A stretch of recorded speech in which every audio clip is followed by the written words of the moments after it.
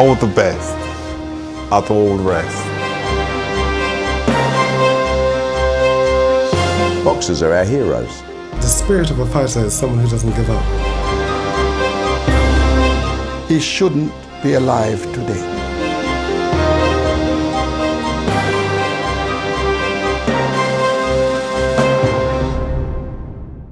The best is still yet to come.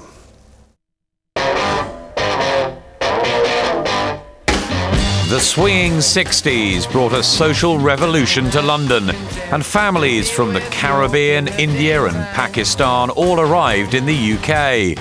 Joan and Jim Watson were soon on their way from Jamaica to London's Stoke Newington. Michael was born on March the 15th, 1965 at Mothers Hospital, Clapton, and his brother Jeffrey followed a few years later. Michael was a lovely baby, but he was very soft. Even growing up, he was very soft. The least little thing, Michael would cry, you know. But we give God thanks for him. Like many new families arriving in London, times were tough, and the city wasn't quite the dream destination they had expected. In 1968, the Watson family were involved in a road accident when the brothers' pram was hit by a car. I came to the crossing and the bus was coming, a 47 bus. He stopped the rest of traffic and then he signaled me across. And just as I pushed off the pram, a car came from nowhere and just took the pram with both children in it.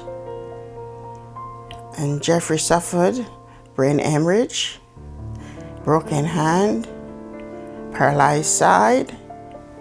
But in everything, I give God thanks because they're still alive. This was just the start of a series of events which tested Joan's faith. A few months later, a fire swept through their family home in North London. Joan and the two boys escaped with minutes to spare, and the flat was completely destroyed. I've been through a lot.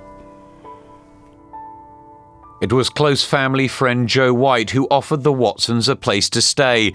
He became a big part of their lives after their father Jim returned to Jamaica. I was always part of the family since I met them. I loved Michael. In fact, I loved Michael as a son. Joan's strength and determination held the family together, and they moved to the de Beauvoir estate in Islington to rebuild their lives. My mother, she's been a true backbone. She played a role in being a father and a mother and a brother and a sister, all in one. You know, she'd been my entire life. She inspired me throughout my life. Michael was a timid boy. Growing up in inner London proved challenging. You have to be tough, you know. Everybody likes to play tough, and Hoxton, Islington, those areas, you know, you just had to know how to take care of yourself. He used to be very soft. He cried for everything. Anything that moves, I'll jump. No, I was just too timid. Well, look at me now. What transformation, eh? An early confrontation while playing football shaped Michael's future. The big boy bullied me for no reason, because we won the game. I thought to myself, I can't go on throughout my life getting beaten up all the time. I need to learn some martial arts. I used to do some boxing. So I thought the best thing to do is to get him hardened that way. As soon as I put my head through the gymnasium, it felt like home. At 14, Michael became a member of the Crown and Manor Amateur Boxing Club, and he was an immediate success. Michael was very unique. I saw that he was special and he caught on to the game. So I got someone to train him. Eric Seacombe and Kamal Yaushanu joined forces to train Michael, and it was a partnership which lasted for the next 12 years. Kamal saw something special in Michael. My inside told me, you know, this boy one day, big champion. From the beginning I put those gloves on, I knew I would become world champion. I had a trainer, his name's Kamel. He used to call me champ from the age of 14. When he called me champ, that encouraged me until I became champion. Michael Watson began brilliantly, winning 18 of his first 20 amateur bouts. I was so enthusiastic. The adrenaline was pumping. I felt on fire. I used to cheer him on. I used to cheer him, come on, son, job and move, and we have to support him. But he was a very good fighter. I left Crown and Manor. I went to another club by the name of Culverson. They also played, I was sparring with true bigger men. Oh Christ, what have I got myself involved into, right? But as the weeks went on by, I adjusted. And from a boy I became a man. As an amateur boxer, he was very good, technically correct, great defence, good point picker, but was maturing really, really fast. He was obviously going to be very, very good. I think Michael was a special fighter. You know, there's no question about that. He was very dedicated. You know, technically, one of the best technical fighters in the world, no question. He had a defensive game and he had an offensive game, and quiet confidence. When you walk up those 4 or 5 stairs into the ring, that's the loneliest place in the world, you know. And Michael was in his element there. He was his opportunity to shine. Michael had an amazing amount of self-belief, and I think people around him knew that there was a champion in the wings. On his 19th birthday, Michael fought John Beckles in the 1984 London ABAs. Watson ended the fight in just over 30 seconds and went on to face Russell Barker in the semi-finals. The ABA champion would have the chance to make the Olympic team. I did become slightly overconfident. I fought a man by the name of Russell Barker, who was labelled as being the underdog. I went out there, got too relaxed, dropping a guard, and crack. He caught me and I went down. Two men here who certainly can dig a bit. Oh, and Barker's got the one in. He's got the big one in, and over goes the favourite. It was a bit of a shock in amateur boxing because Michael was a shoo-in, really. I mean, everyone knew he was the quality man in the field. And on the night, it just didn't go well for him. I was heartbroken. Lost me my place in the Olympics. Although it was disappointing, the result really didn't matter. Michael turned pro straight off after his disappointment of the amateur ABAs and then showed the world what he could do as a professional boxer. I was suited to become professional. Michael's family were thrilled when he turned pro. They loved it. Mother just loved the main event and the preparation toward the main event. All my friends, they loved it because they know I'm a winner.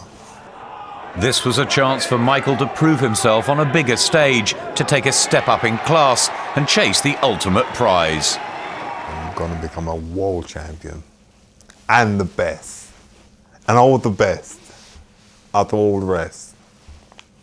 That's what I'm today, the force. The 1980s was a golden era for Britain's middleweights. Nigel Benn, Chris Eubank and Michael Watson continued a proud tradition. I don't remember there ever being a better time for the middleweight and super middleweight division in the UK. It was unbelievable. And you had Harold Bomber Graham, and then we had Michael Watson, we had Chris Eubank, we had Nigel Benn, and they could have fought in any era. They were very, very tough guys. There was such a lot of quality, and then in the middle was this really nice guy that could fight, and the public began to warm to him during that period. He wasn't the braggart, he wasn't the showman, he was the force, and the force could fight. Michael Watson teamed up with renowned promoter Mickey Duff ahead of his professional debut against Winston Ray at the Royal Albert Hall. I knew I won fight before it even started. That's not confidence, that's self-belief. On the back of that victory, Michael produced a string of sensational performances. Growing in stature, some felt he was even becoming overconfident. His next opponent was the excellent James Cook. And for me, it was a great fight to beat Michael Watson because he was the up and coming, he was strong, and he was good. And I think virtually they was looking at this old boy's on his way out. He probably was overconfident because I think at the time when I fought Michael, I was on the third loss, you know, so I knew it was gonna be hard, but I knew at the end I was gonna be the stronger. You know, I've just about pipped him, which I'm glad. That defeat that's made me who I am. Brought my confidence and became real. To be quite honest, I don't think if he did that loss, he'd have put in the work he did, so he owes me. Michael returned to the ring with a series of impressive displays in 1986 and 1987. Then he took on dangerous Don Lee from the States. The middleweight division becoming the most exciting in Britain, and what an impact the 22-year-old Londoner Michael Watson can make on it tonight if he can beat the experienced American Don Lee. Don Lee, they used to call him the Cobra, and he could have take hit. So tell him you can't hit him outside and stop him like that. What you want to do is to watch him. He can only box going around on the left. He is hopeless reversing. That's a good left hook over the top from Watson. He's fighting well. I kept him on my toes. I couldn't slack in concentration because he's very sharp. Long arm, he can punch. If I would have got caught by dangerous Don Lee, he could have put me down. So I had to keep him concentration and stay alert. Lee brought up short by a punch on the mouth. He's got a damaged mouth. The referee's taken him over to the corner to have a look at, and it's been stopped. Lee has been stopped with a damaged mouth, a badly damaged mouth. So that's a remarkable win by Michael Watson. Michael Watson certainly showed there what he's going to be capable of in the months and seasons to come. A big clash with the Dark Destroyer Nigel Benn now seemed inevitable. Nigel and Michael were being called out as an even match by everybody, all and sundry. Nigel by now was a superstar. Everybody was talking about this fight because Nigel Benn was an awesome pugilist. Nigel Benn had the power in either hand to take anyone out. And I have to say, probably one of the most exciting fighters of all time. I was just making a load of noise. I was calling out everybody. And the person that got my attention was Michael Watson. And I thought to myself, yeah, no problem. I was invincible. I was the best thing since sliced bread. So what can Michael Watson do to me? Both men rose to the challenge and a date was set for their showdown. Knockout King Benn was the aggressor, while Watson, always the gentleman. I went away, I trained out in the countryside. Just isolating myself for months on end, just getting my mind right. Being a loner, it made me hungry. I see my children. Michael Watson in a press conference was amazing. Very stoic, very assured, and Nigel couldn't unnerve him. There's no way I can see this fight going the distance. I'm in the fit shape of my life and I'm rearing to go. He's really going to get hurt.